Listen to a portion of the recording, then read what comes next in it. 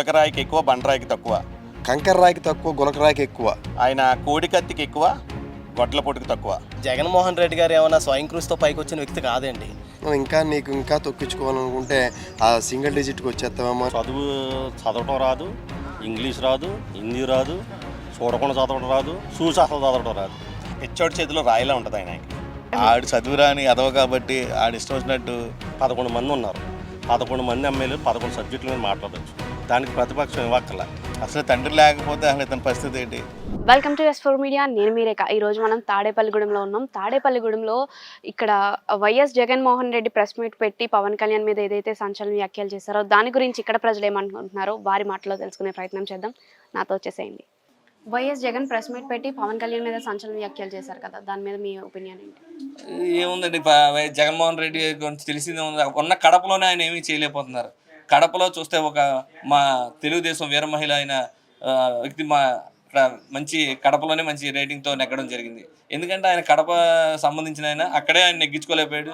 ఇంకా ఆయన మా పవన్ కళ్యాణ్ గారి స్థాయి లేదు ఆయనకి. ఎందుకంటే పవన్ కళ్యాణ్ గారు ప్రపంచ స్థాయిలో ఆయనకి మంచి పేరు ఉంది. మనం చూశారు కదా, గుజరాత్లో కానీ ఎక్కడైనా కానీ చూసుకుంటే ప్రధాని మోడీ గారు అంతమంది సీఎంలు చూసి ఆయన నుంచి గౌరవించడం ఎంత అసలు మామూలు విషయం కాదు. ఎందుకంటే సీఎంలు చూసి ఒక పవన్ కళ్యాణ్ ఒక సాధారణమైన ఒక వ్యక్తి, ఒక డిప్యూటీ సీఎం, అలాంటి ఆయన వచ్చి సార్ మాట్లాడుతున్నారంటే అంటే ఎంత టాలెంట్ ఉంది అనేది ప్రపంచం చూసేలాగా ఆయన పనిచేస్తున్నారు. కాబట్టి ఆయనకి ఎంత గొప్ప వ్యక్తి అనేది మనకు తెలుస్తుంది. దాన్ని బట్టి మేము అందరం కూడా చాలా గర్వంగా ఉన్నాం కళ్యాణ్ గారిని చూసి. ఆయన ఎమ్మెల్యే ఎన్ని డిప్యూటీ సీఎం అసలు ఆయనకి నథింగ్. ఆయన కళ్యాణ్ గారు అలా వెళ్తేనే ఒక శిఖరం. ఆయనకి ఎమ్మెల్యే అనేది శిఖరం. అలా అవ్వకపోయినా ఏం లేకపోయినా ఆయన ఒక మంచి మనసున్న వ్యక్తి. ఆయనకి ఎమ్మెల్యేలు దీంట్లో పని లేదు. ఆయనకి మంచి స్థాయిలో ఉన్నారు. ఆయన ఎక్కడికి వెళ్ళినా బ్రహ్మరథం పడతారు. చూస్తున్నారు కదా, ఎక్కడికి వెళ్తే అక్కడ జగన్ వెళ్తే ఎలా ఉంటుంది, మా డిప్యూటీ సీఎం పవన్ కళ్యాణ్ గారు వెళ్తే ఎలా ఉంటుందని. ఆ డిప్యూటీ సీఎంలో ఊరికొకటి ఇచ్చినట్టు జగన్ ప్రభుత్వంలో ఇచ్చారు. ఈయన ఒకే డిప్యూటీ సీఎంకి ఎలా ఉండాలనేది ఆంధ్రప్రదేశ్లో ఓవరాల్గా చూసుకుంటే కేంద్రం కూడా చూసే విధంగా డిప్యూటీ సీఎం అంటే ఏంటో చూపిస్తున్నారు. అంటే దాన్ని బట్టే తెలుస్తుంది ఆయన ఎమ్మెల్యేయా డిప్యూటీ సీఎం ఏంటనేది. జగన్మోహన్ రెడ్డి ఏం మాట్లాడుతున్నాడో అసలు మతం ఉందా పిచ్చ. ఇంకా ఆయనకి ఇంటికాడ ఉండేటికి మెంటలెక్కి ఏం చేయాలో తెలియక ఇలాంటి మాటలు మాట్లాడుతున్నారు. మాట్లాడడం తెలియక. ఎందుకంటే చూస్తూ పక్కన అందరూ కూడా ఖాళీ చేసేస్తున్నారు. ఆ తరుణంలో మెంటలెక్కి అలా మాట్లాడడం జరుగుతుంది. వైఎస్ జగన్ ప్రెస్ మీట్ పెట్టి పవన్ కళ్యాణ్ మీద సంచలన వ్యాఖ్యలు చేశారు కదా, దాని మీద మీ రియాక్షన్ ఏంటి? జగన్మోహన్ గారిని మనం మాట్లాడుకుంటే 151 సీట్ల నుంచి 11 సీట్లకు వచ్చిన ఆయన వ్యక్తి మాట్లాడడం మనం పట్టించుకోవసరంలా. ఎందుకంటే మనం 0 నుంచి 21కి వెళ్ళాం అనేది మామూలు విషయం కాదు, అది రికార్డు. ప్లస్ ఇంకో విషయం ఏంటంటే పవన్ కళ్యాణ్ ఏవి ఆశించే వ్యక్తి కాదండి. అంటే జీవితంలో ఒక్కసారి ఎమ్మెల్యే అయ్యావని చెప్పేసి ఆయన చెప్పారు కదా, దాని మీద జీవితంలో ఒక్కసారి ఎమ్మెల్యే అయ్యారంటే జీవితంలో ఒకసారి ఎమ్మెల్యే అవ్వడానికి కారణం అలా కాదండి. ఆయన ఎమ్మెల్యే అయినా అవ్వకపోయినా ప్రజల మనిషి కదా పవన్ కళ్యాణ్ గారు. మీరు ఎమ్మెల్యే అవ్వకముందు ఎమ్మెల్యే అయిన తర్వాత మీ జనాలు చేసింది ఏమీ లేదు కదా. ఇప్పుడు జగన్మోహన్ రెడ్డి గారు ఎంపీ అయ్యారని ఊరికనే అయిపోయారండి. వాళ్ళ నాన్నగారు రాష్ట్రానికి ముఖ్యమంత్రి ఒకప్పుడు. సో ముఖ్యమంత్రి బ్యాక్గ్రౌండ్ ఉన్నాడు, ఎంపీ అవడం పెద్ద విషయం కాదండి. ఏ బ్యాక్గ్రౌండ్ లేని వ్యక్తి ఒక ఎమ్మెల్యే నుంచి ఉప ముఖ్యమంత్రి స్థాయికి వెళ్ళాలంటే చాలా గొప్ప విషయం. అందులో ఒక పార్టీ పెట్టి గత 10 ఏళ్ళు నిలదొక్కోవడం అనేది, ఒక పార్టీని కాపాడుకోవడం అనేది చాలా చెప్పుకోవాల్సిన విషయం అండి. అది వైఎస్ జగన్ పవన్ కళ్యాణ్ మీద కామెంట్స్ చేశారు కదా ప్రెస్ మీట్ పెట్టి, కార్పొరేటర్కి ఎక్కువ ఏకి తక్కువ, జీవితంలో ఒకసారి అయ్యో నువ్వు ఎమ్మెల్యే అని చెప్పి. దాని మీద మీ రియాక్షన్ ఏంటి?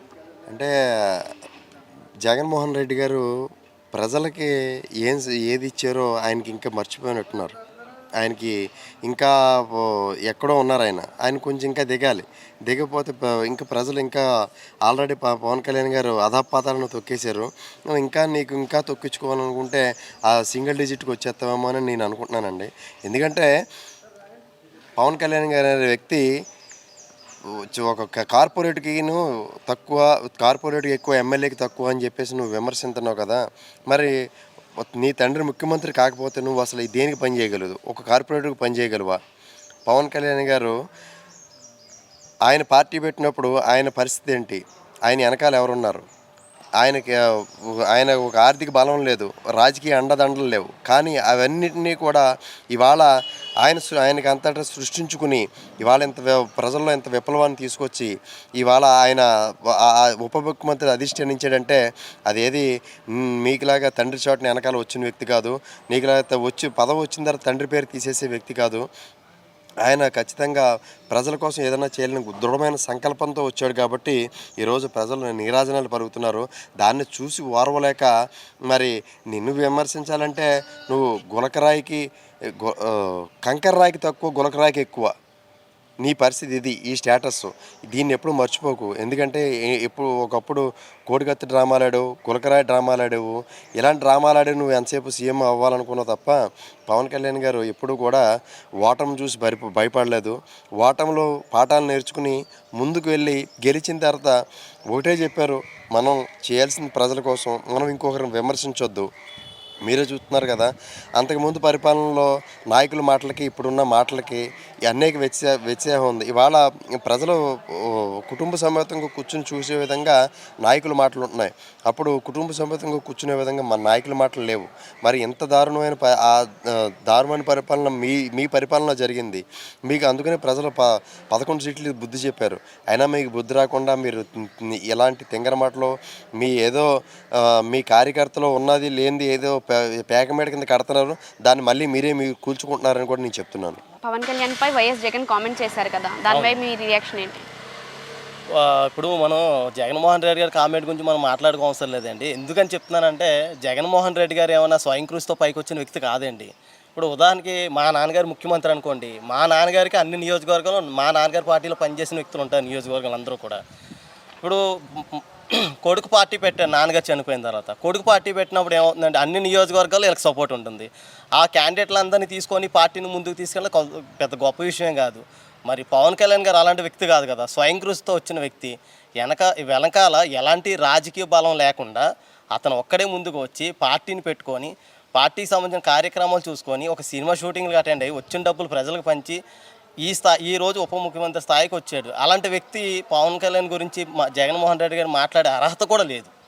మొన్న అసెంబ్లీలో వైఎస్ జగన్మోహన్ రెడ్డి అసెంబ్లీకి హాజరు కాకుండా ప్రెస్ మీట్ పెట్టి పవన్ కళ్యాణ్ మీద సంచలన వ్యాఖ్యలు చేశారు కదా, కార్పొరేటర్కి ఎక్కువ ఎమ్మెల్యేకి తక్కువ, ఒక్కసారి జీవితంలో ఎమ్మెల్యే అయ్యావని. దాని మీద మీ కామెంట్స్ ఏంటి? ఆయన మామూలుగా ఏంటంటే ఎమ్మెల్యే కదా, అసలు అతనికి చదవటం రాదు, ఇంగ్లీష్ రాదు, హిందీ రాదు, చూడకుండా చదవడం రాదు, చూసి అసలు చదవడం రాదు. అతను ఏంటంటే వాళ్ళ బాబు సీఎం చేశాడు కాబట్టి ఆయన సీఎం అయ్యాడు తప్ప వాళ్ళ బాబు కానీ సీఎం కాకపోతే ఆయన ఒక గ్రామ సర్పంచ్ కూడా నెగ్గడం. అటువంటి వ్యక్తి ఇవాళ పవన్ కళ్యాణ్ గారు వాళ్ళ ఇంట్లో ఒక చిరంజీవి గారు పార్టీ పెట్టిన తర్వాత ఆ పార్టీ కూడా మరి విఫలమైనా కానీ మళ్ళీ అదే కుటుంబం నుంచి వచ్చి పార్టీ పెట్టి ఇవాళ భారతదేశంలోనే నెంబర్ 1 అండర్ స్టేట్లో 21 గెలవడం జరిగింది. పవన్ కళ్యాణ్ గారికి ఆయనకి సంబంధం లేదు. ఆయన ఏంటంటే రాక్షస పాలనకి ఆయన ఒక సైకో. ఆ సైకో లక్షణాలతో ఇలా మాట్లాడే 151 నుంచి 11 సీట్లకు వచ్చారు. ఆ సైకో మాటలు మానుకుని ఈ ప్రభుత్వంలో ఏమైనా తప్పులు జరుగుతుంటే అసెంబ్లీకి వెళ్ళి మాట్లాడవచ్చు. అలాగే వాళ్ళకి ఇది ఇమ్మంటున్నారు ఏంటది, మన ప్రతిపక్షం 11 మంది ఉన్నారు, 11 మంది ఎమ్మెల్యేలు 11 సబ్జెక్టుల మీద మాట్లాడవచ్చు. దానికి ప్రతిపక్షం ఇవ్వక్కర్లా. ప్రతిపక్షం రాదని ఆయనే చెప్పాడు. ఇప్పుడు చంద్రబాబు నాయుడు గారు ప్రతిపక్షంలో ఉన్నప్పుడు మీకు 23 సీట్లు ఉన్నాయి, 7 సీట్లు మేము కానీ లాక్కుంటే నీకు ప్రతిపక్ష హోదా పోద్దని చెప్పిన జగన్మోహన్ రెడ్డి చెప్పాడు. మళ్ళీ ఇప్పుడు 11 సీట్లు ఎట్టుకుని మళ్ళీ నాకు ప్రతిపక్ష హోదా కావాలని ఎలాగడుగుతున్నాడు? అతనికి సిగ్గు ఏమి ఉండదు. అతను ఏంటంటే ఓన్లీ అధికారం రావాలి, నా కేసులు మాఫీ చేసుకోవాలి, దానికోసం ఆయన అధికారం. అంతేగాని రాష్ట్ర భవిష్యత్తు కోసం కానీ కాదు, వాళ్ళ కుటుంబం కోసం. ఈరోజు చూడు, చెల్లిని గెంటేశాడు, తల్లిని గెంటేశాడు. అటువంటి సైకోగాడు మళ్ళీ రాష్ట్రాన్ని ఏం ఉద్ధరిస్తారని మాట్లాడుతున్నాడో తెలియదు. పవన్ కళ్యాణ్ గారి గురించి ఏమన్నా మాట్లాడేటప్పుడు ఆచి చూసి మాట్లాడుకో. మేము చాలా చెప్పొచ్చు అతనికి. ఆయన ఏంటంటే తలకాయ కూర తినలేడు. వాళ్ళ ఇంటికాడ వాళ్ళని తెల్లారి 4 తలకాయ కూర వండుతారు. ఇలా మీకు చాలా ఉంటాయి, కానీ అటువంటి విమర్శలు మేము చేయకూడదు. కనుక ఇప్పటికైనా జగన్మోహన్ రెడ్డి ఈ రాష్ట్రం గురించి ప్రజల గురించి మాట్లాడు. అంతేగాని నీ ఇష్టాసారంగా మాట్లాడితే ప్రజలు ఊరుకోరు. నీకు 150 నుంచి 11 ఇచ్చారు. నువ్వు ఇదే విధంగా నువ్వు వెళ్తే అందులో ఒకటి అట్టే పక్కన ఒకటి తీసేస్తే నీకు ఒకటి వస్తుందని కోరుకుంటున్నాను.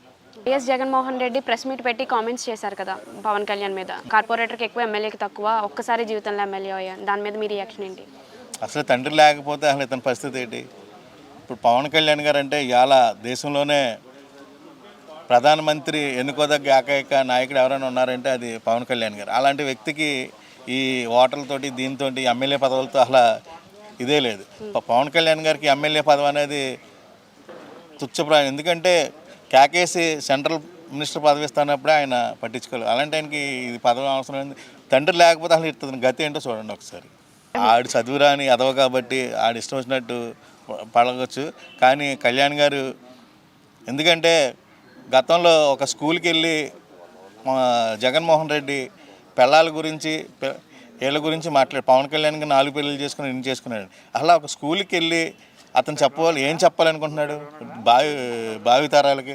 మొన్న పవన్ కళ్యాణ్ గారు వెళ్ళారు, నా తల్లి నా తండ్రి నాకు హీరోలు, అలాగే మీ తల్లిదండ్రులు మీరు హీరోలుగా చేసుకోండి, వాళ్ళని బట్టి మీరు వాళ్ళకి మంచి పేరు తేవాలండి. అది పవన్ కళ్యాణ్ గారి ఒక సంస్కారం.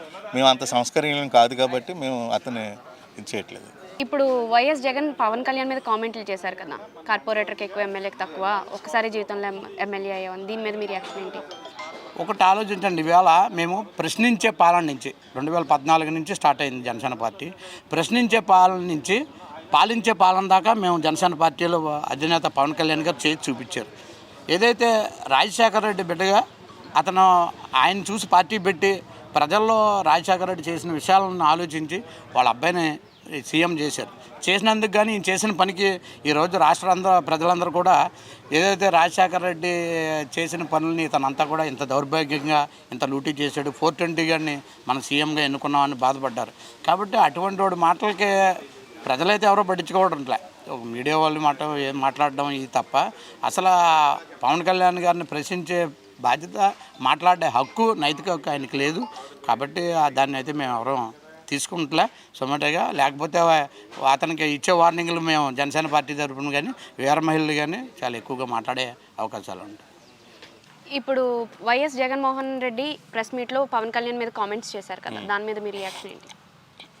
ఏంటమ్మా, ఆయన ఏదో పెచ్చోడి చేతిలో రాయిలా ఉంటుంది ఆయనకి. గత రాజశేఖర రెడ్డి వాళ్ళ తండ్రిని అడ్డం పెట్టుకుని అధికారంలోకి వచ్చిన వ్యక్తి ఆయన ఒక సైకో. ఎందుకంటే RRR గారు చాలాసార్లు సందర్భాల్లో చెప్పాడు, ఆయన ఒక మానసిక వ్యాధితో బాధపడుతూ ఉన్నాడు. ఆయన మందులు కూడా కంటిన్యూగా ఇప్పటికీ కూడా మరి మానసిక వ్యాధికి మందులు వేసుకుంటా ఉన్నాడు. లండన్ కూడా అందుకే ప్రత్యేకించి వెళ్ళి ఆయన మానసిక వ్యాధికి నయం చేయించుకుంటా ఉన్నాడు.